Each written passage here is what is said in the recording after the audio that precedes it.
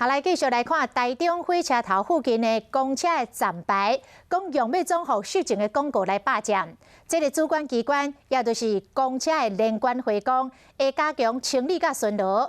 另外，环保局来警告讲，随意打广告这是违法的，会开单罚款。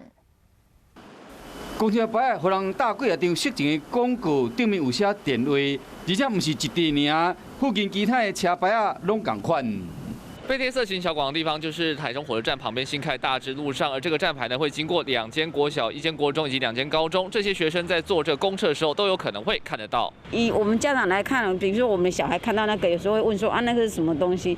对我们观感不好，对市容也不好。贴的那个本来站牌干干净净的啊，就贴了撕下来又不好撕。详细看会使发现，讲部分的大灶有掠过，可能是管理单位有来清过，要过清未了。 掠过了，又有人来打是呢。上面都有留电话，我们都有去告知他们，但是一般的回应都是不理不睬。我们一直都有在尽力相关清除的作业，但是因为防不胜防。 公车联管会讲，全台中有8000多支公车牌啊，无法度逐工拢去巡。不过环保局强调讲，违规打这个广告已经违法啦。若是掠到打的人，上盖悬会使罚6000块。就算找无打的人，嘛使依照自治条例，针对广告的电话所有人加开罚单加停话。